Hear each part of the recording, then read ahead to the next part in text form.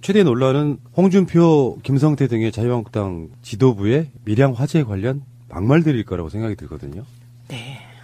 이거는 이거는 뭐라고 표현해야 돼요? 저주? 저는 그냥 막말이 아니라고 봤어요. 저주의 발언이라고 봤는데요. 예. 그 저주가 누구를 향한 저주냐? 그건 국민에 대한 저주라고 그러니까. 생각했어요. 자기들 정쟁을 위해서 국민을 벌모로 잡는 것 같은 그런 느낌. 예, 그리고 구정 앞두고 또 화재 사고가 날 것. 그래서 또 화재 사고 나면 내 말 맞았다 좋아할 겁니까? 죄송합니다. 진짜 이거 상상을 초월하는 거잖아요.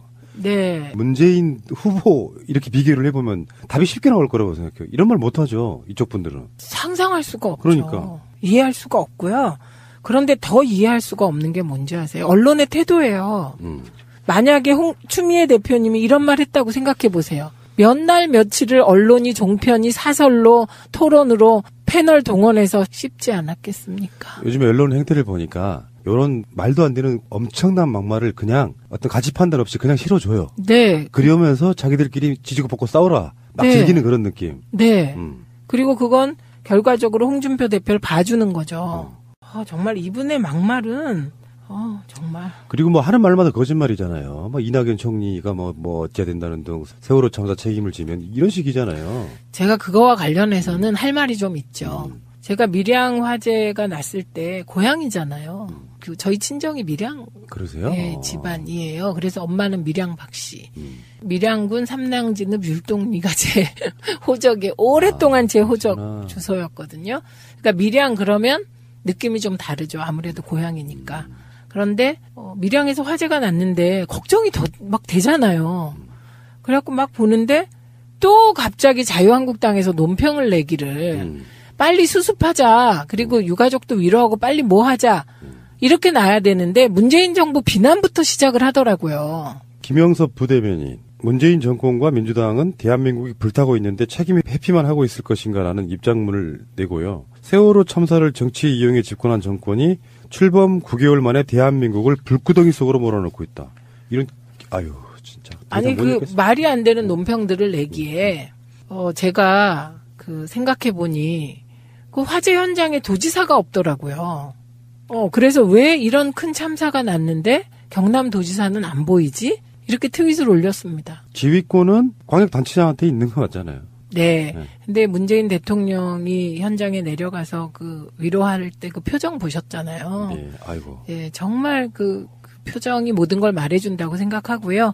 그리고 현직 대통령은 국민들이 당하는 아픔에 대해서 무한 책임을 느끼는 게 맞는 것 같고요. 이게 노무현 대통령과 문재인 대통령으로 이어지는 그 DJ도 그랬고요. 민주정부 대통령들의 기본 마음의 자세 같습니다. 그런데 그것은 올바른 자세고요. 자꾸 자유한국당의 논평이 점점점 이상해지고 내각 총사퇴도 나오고 하여튼 별의별 말이 다 나와서 제가 또 두 번째 트윗을 날렸죠. 지금이 내 탓 할 때냐. 그래서 이게 살펴보니까 경남도지사가 홍준표 대표였는데 대선 나가느라고 경남도지사를 그만두면서 꼼수를 피워서 재보궐선거도 못하게 만들었더라. 그런데 기본적으로 소방직은 지방직이다. 그렇죠. 예, 그리고 그 소방에 대한 인사 등 모든 권한은 지휘 권한은 도지사가 갖고 있고 그런 거더라. 그리고 성남시에서 그 환풍기 사고 났을 때 그때 새누리당이 이재명 물러나라고 난리 쳤잖아요. 그렇죠. 그런 논리라면 경남도지사하고 밀양시장한테 책임을 물어야지 왜 이러냐 이렇게 얘기를 하고 물론 저는 본뜻이 온 힘을 다 모아서 지금 수습하고 대책을 마련해야 될 때 이런 그 유치한 우리가 논란을 해야 되겠냐. 그렇죠. 예, 이렇게 제가 썼어요. 너무 맞는 말인데 그걸 조선일보가 온 힘을 다하여 수습할 때 지금 이게 뭐냐 이 부분은 싹 빼고 이제 자유한국당 탓했다 이렇게 일보를 내보냈더라고요. 정쟁으로 지들이 몰아가는 거지. 그렇죠. 그러니까 이제 갑자기 자유한국당에서 또 논평을 내게 됩니다. 표창원 최민희 남매가 자기들을 도와주고 있다며. 아이고. 그래서 저는 그걸 어떻게 읽었냐면 우리들의 지적이 맞았나 보다. 그렇지. 우리는 항상 반대로 해석하면 돼. 라고 처음으로 생각해 보았습니다. 난 항상 그렇게 해요. 그리고 표창원 의원은 원내니까 표적을 삼아도 되지만 불쌍한 낙선 원내인 저를 왜 표적으로 삼습니까? 그럼 유명한 거죠. 또 표적들로부터 제가 고영주로부터 고발당했습니다. 아이고. 제가 고영주가 문재인은 공산주의자다라고 강의에서 한 얘기를 그 녹취록을 폭로했잖아요. 19대 때. 그랬지. 예. 그런데 뭐 제 블로그에 고용주를 명예훼손하는 게 올라와 있었대요. 근데 사실 저 블로그 비번을 몰라요. 19대 때부터 했는데 네. 그것도 다 실무자들이 하기 때문에 그렇구나. 사실 의원들이 블로그 비번이나 이거 알고 직접 올리는 일은 없고요. 블로그는 트윗은 직접 하지만 그래서 알고 보니 이주영 실장이 올렸나요? 그거? 아닙니다. 제가 올린 건 아니고요. 이주영 실장이 비번 누군가에게 알려준 거죠. 네, 저희를 도와주던 네. 그래갖고 이제 전문가가 있어요. 그런 블로그나 이런 분이 대선 끝나고 난 다음에 제가 대선 때 이제 너무 열심히 일하는 걸 지켜봤다며 저를 도와주겠다고 해서 그러니까 제3자가 올린 거더라고요. 그게 무슨 얘기냐면 불임 사건 때 담당 검사셨대요. 그래갖고 이런저런 얘기가 있었는데 담당 검사인 건 맞잖아요. 그죠? 불임 사건. 네. 예, 그래갖고 저는 그걸 보자마자 삭제했습니다. 왜냐면 제가 알고 나서 그대로 놔두면 그것도 명예훼손으로 또 걸까봐. 이중으로 걸릴까봐. 근데 되게 웃기는 상황이 발생했어요. 검사라면서 전화가 왔어요. 아주 좋은 목소리의 애띤 여성이었거든요. 예. 전화가 왔는데 블로그에 무슨 글이 올라갔다는 거예요. 5월 며칠 날. 그래서 저는 블로그에 글을 안 올려요. 그랬더니 그쪽에서 황당해가지고 그러면 나중에라도 안 보냐 해서 어머 바빠서 못 봤어요. 이렇게 된 거예요. 예. 그런데 바로 그때 제 앞에 그 글을 올린 사람이 앉아 있었던 거예요. 그래서 둘이 이제 이렇게 전화 통화하는 걸 보고 의원님 그거 제가 올린 것 같습니다. 이렇게 된 거죠. 그래갖고 제가 전화 통화를 하다 담당 검사에게 검사님 근데요 그 글을 올렸다는 사람이 지금 나타났다고. 그러니까 황당해하면서 바꿔달라고 하더라고요. 그래갖고 그분이 조사받으러 나가기로 했어요. 아이고 이제 고소 고발이 난무하는 대한민국. 근데 오늘 보도를 보니까 경남 분들이 인터뷰하는 거 들었는데 홍준표가 진주의료원 폐쇄하면서 그때 막 다 쫓겨나가지고 네. 그 후로 1년도 안 돼 사망하신 분들이 40명이 넘어요. 그러니까 어떤 사람의 고의에 의해서 죽어간 분들이 이렇게 있는데 우발적인 사고로 최선을 다해서 막 수습하고 있는 그 정부에 시간이 충분히 지나고 상도 치르고 다 한 뒤에 뭔가 책임 소재를 따져서 그런 말 한다면 모를까. 그도 저도 아니고 오자마자 사실은 책임의 절반 이상은 본인한테 있는 사람들이 그 책임을 일방적으로 정부에 떠넘기고 있잖아요. 법안 뭐 하나 바꾸는 거 국회에서 협조 안 해주면 그것도 힘들고 관련한 예산, 뭐 소방 인력 증원 이런 것들이 대부분 다 그들의 반대로 지금 잘 안 되고 있는 부분. 그리고 규제 같은 거 폐지한다고 해가지고 화재 무방비로 노출되게 만든 것도 자기들 세력들이면 이쯤 되면 자기들 책임이 현재까지는 90%가 넘는 거 아닙니까? 그러니까 우리는 그렇게 생각을 하죠. 그래서 생각나세요? 세월호 참사가 터졌을 때 민주당이 우리도 죄인입니다 그랬어요. 네. 기억나죠? 네. 예, 그때 뭐 우리 쪽 지지자들은 속이 터지셨을지 모르겠지만 그게 정치인의 기본인 거죠. 속마음 어떻든 간에. 예, 어쨌든 여야가 다 책임이 있는 거 맞죠. 예, 그런데 자유한국당은 논평의 수준이 해도 너무해요. 너무하고 더 웃기는 일도 있었잖아요. 그 유족들이 이제 말하자면 위로하러 가갖고 거기서 어떤 분이 소방법 반대했잖아요. 이렇게 얘기를 했잖아요. 그랬더니 민주당원이 여기도 있네 그랬잖아요. 네. 유족인데. 네. 그런데 그분이 민주당원이 아니었어요. 또 고소하면 되겠네. 그러니까요. 정말. 그런데 오늘 국회가 열리는데요. 예. 소방법 관련한 3개를 처리한다고 합니다. 근데 그 내용들은 주로 시민 규제예요. 시민들. 그러니까 주차 문제 뭐 이런 건데 지금 이 화재 문제를 해결하는 것은 좀 근본적인 대책이 필요한 것 같습니다. 그래서 저는 이 과정에서 두 분을 소개해 드려야 하는데요. 하나가 김만수 부천시장. 다른 하나가 성북구청장, 서울 성북구청장인 김영배 청장이에요. 이 두 분이 제천 화재 난 다음에 그 마을의 안전진단을 거의 전수조사했다는 거 아닙니까?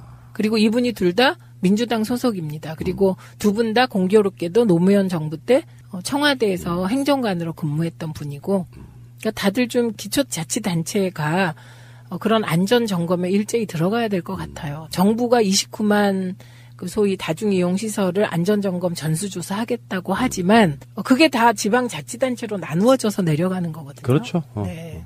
그래서 지금 문재인 대통령도 청와대 화재 안전대책 특별 TF 구성을 지금 지시한 상황인데요. 네.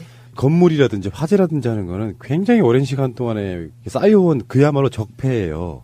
요거를 하루아침에 바꾸는 건 사실상 불가능하고 저항도 있는 것이고 지금 화제들 중에 그 숨어있는 것 중에 하나가 필로티 원법 같은 거잖아요.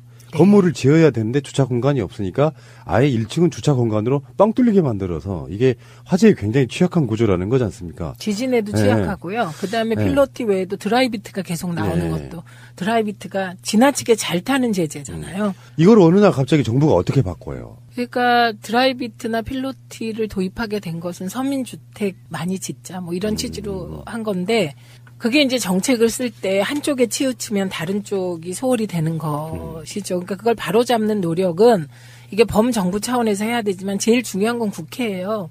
국회에서 빨리 법을 보완해야 되고 저는 우선 첫 번째는 소방직 국가직화가 왜 필요한지 이번에 보여줬다고 생각을 해요. 그다음에 두 번째는 소방직 그 법정 인원이라도 채워라. 지금 60% 내지 70%밖에 법정 인원도 못 채우고 있잖아요. 법을 왜 안 지켜요? 충원해야죠. 그러니까요. 그게 예산으로 야당이 막기 때문이에요. 그다음에 제가 이번에 깜짝 놀란 게 대구 칠라병원에서 화재 났잖아요. 예. 한 명도 안 돌아가셨어요. 잘한 거죠. 그러니까 지자체마다 너무 소방 여건이 다른 거예요. 지자체의 재정 여건에 따라. 그렇군요. 예, 그러면 예를 들면 제천이나 밀양에 사시는 분들은 열악한 소방 여건에서 살아야 되고 상대적으로 여력이 있는 서울이나 대구 뭐 등지에 사는 분들은 좋은 소방 여건 속에서 사셔야 되고 이건 아니잖아요. 최근에 제가 생각한 건데 아까 의원님 말씀이 완벽한 정답인 것 같아요.